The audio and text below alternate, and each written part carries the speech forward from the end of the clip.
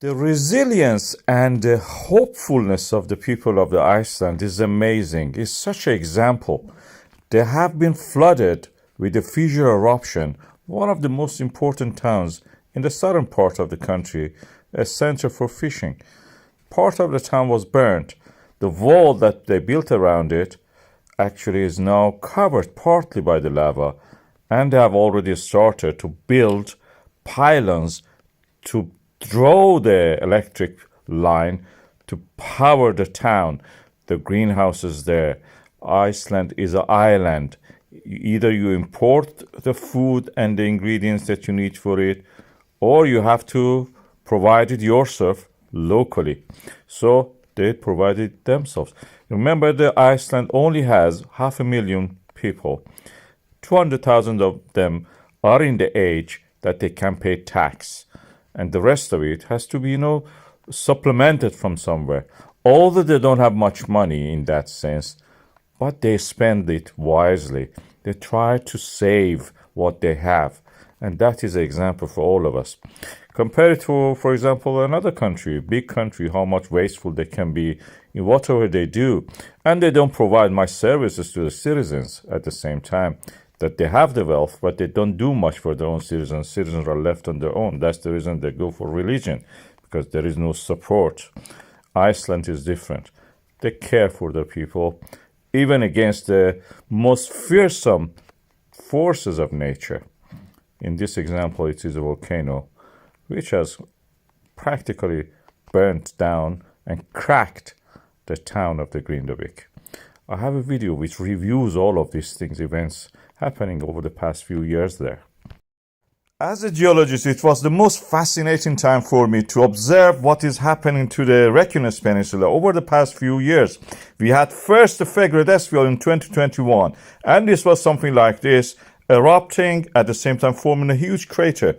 Then second came the Merardali volcano, again gone mad, this one, smaller but active, and it spread a lot of lava. Then came the Litli the earth is split, like a zipper from the south to the north, and this one was very active, although smaller than the Fagradalsfjall, but bigger than Merardali. Then we had the Sundunka in the Svartsengi area. It was huge, compared to Fagradalsfjall in a way. Then we have this Hagafell Grindavik eruption. It cut through the wall that we built to protect the town from the lava. It didn't work in that sense, but it worked in many other ways. And now we are having magma rising again. This is the chart shows the earthquakes. The ones that we have from the Grindavik, this fifth one, is the one you can see here, rising to the surface already. And already one is preparing to come near the harbor, and I believe it will probably erupt around the sports center. Also probably even into the harbor and into the sea. This is something to watch. That will be amazing. The land rise from the Sundunka was gentle. For the Hagafell was even more gentler. But this one is going to be sooner. The slope shows that it's already stepping upward very quick. Before the end of the January, we will have an eruption there. At the most, I think it's probably early days of the February. And this is the prediction that I will put on this. As a geologist, let's see how it is.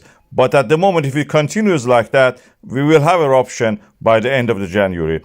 And this is the way that all this, like a zipper from south to north and then from north to south, are opening up in this area of the Reykjanes. The old crack near the sports center and roundabout is one of the likely locations that we will have eruption there. The magma will ooze out. It's already cracked there. The weakness is there. And this is where actually we had part of the magma, which is a gaseous part of it, in the November 11th coming out, as you can see here. And this created a lot of damage. The damage this time will be inside the town and probably into the sea. This is something to watch.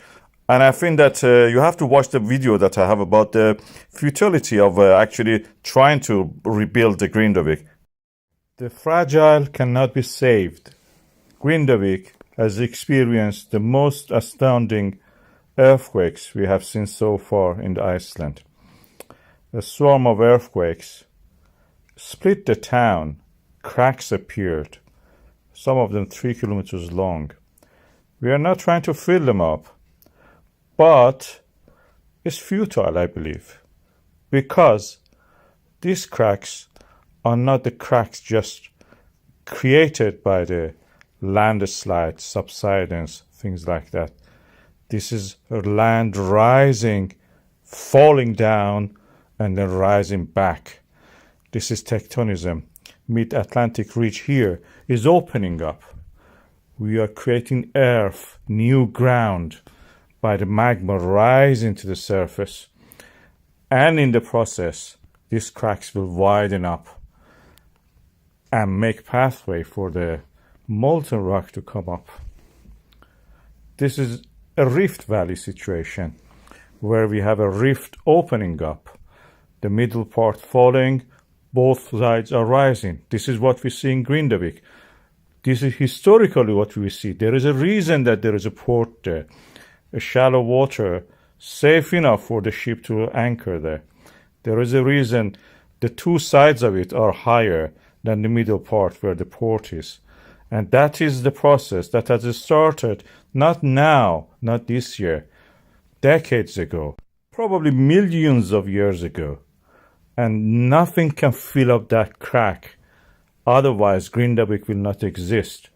That port is there because this crack was created. And it is not going to be stopped. Nothing can fill it. It's futile. Saving Grindavik.